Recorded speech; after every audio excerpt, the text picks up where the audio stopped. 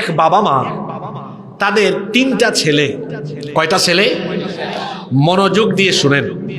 এই তিন ছেলে একদিন বসেছে, বসার পরে বড় ছেলে বলতেছে, আচ্ছা ভাইরা শোনো, আমরা তো তিন ভাই, আমাদের আব্বা আম্মাকে চলো আমরা ভাগ করে খাওয়াই, আমি 10 দিন, তুমি 10 দিন, তুমি 10 দিন।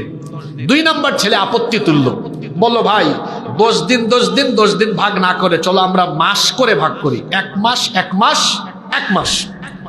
ছোট ছেলে বলতেছে বড় 2 ভাইকে, ভাই আপনারা রাগ কইরেন না, এই 10 দিন আর 1 মাস করে ভাগাভাগি না করে আব্বা আম্মাকে সারা জীবনের জন্য আমার কাছে দিয়ে দেন।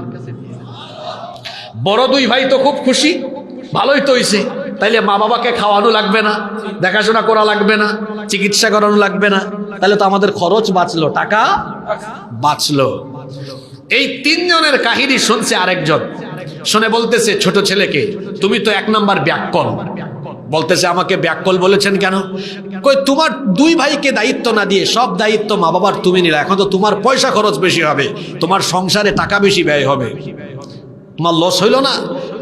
ছোট ছেলে বলতেছে আমি ব্যাককল না, আপনি ব্যাককল, আমার 2 ভাই ব্যাককল। কারণ আমার বাবা মাকে আমি খাওয়ালে, তাদের দেখাশোনা আমি করলে, আবার বাবা মা আমাকে দোয়া না দিলেও যদি খালি একটা হাসি মারে, মুচকি হাসি, আল্লাহ আমার উপর এত খুশি হবেন, দুনিয়ার সব ধন সম্পদ আল্লাহ আমার পায়ের তলায় ফেলাইয়া দিবেন। সুবহানাল্লাহ। আমি যদি আমার মা বাপকে খাওয়াই, আমি যদি মা বাবার খেদমত করি, মা বাপকে খুশি করি, সম্পদের অভাব আমার হবে না। মা বাবার জন্য খরচ করব 10 টাকা, বিনিময়ে আল্লাহ দিবেন কোটি কোটি টাকা। সুবহানাল্লাহ। তাহলে কি বুঝলেন যুবক ভাইয়েরা? বুদ্ধিমানের কাজ হলো মা বাপকে দূরে রাখা না কাছে রাখা?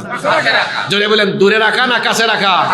আপনার আব্বা আম্মা অসুস্থ, চিকিৎসা করান, আপনার বাবা মা বলবে বাবারে এত টাকা খরচের দরকার নাই, কুমিল্লায় নিস না। আপনি বলবেন কিসের কুমিল্লা?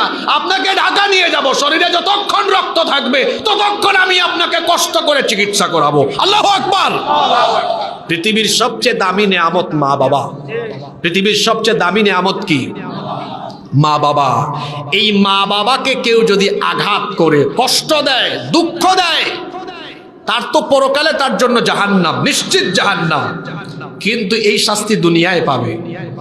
শুনে রাখুন, লাকসামের মানুষ মা বাবার সাথে বেয়াদবি করলে না খাইয়া মরা লাগবে, অভাবে অনটনে দুর্ভিক্ষে আপনি থাকবেন, বউয়ের সাথে শান্তিতে সংসার করতে পারবেন না, আপনার জীবনে অশান্তি থাকবে, ব্যবসায় লস, রাজনীতিতে ধস, যেখানে যাবেন লাঞ্ছিত হবেন, অপদস্থ হবেন।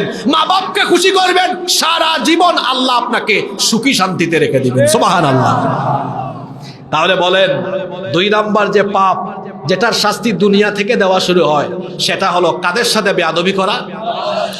আমাকে যুবক ভাইরা কথা দেন, আপনারা কথা দেন তো, আব্বা আম্মার সাথে বেয়াদবি করবেন না খেদমত করবেন? কারা কারা রাজি আছেন একটু আল্লাহকে দেখা? মাশাআল্লাহ, আল্লাহ সবাইকে কবুল করেন।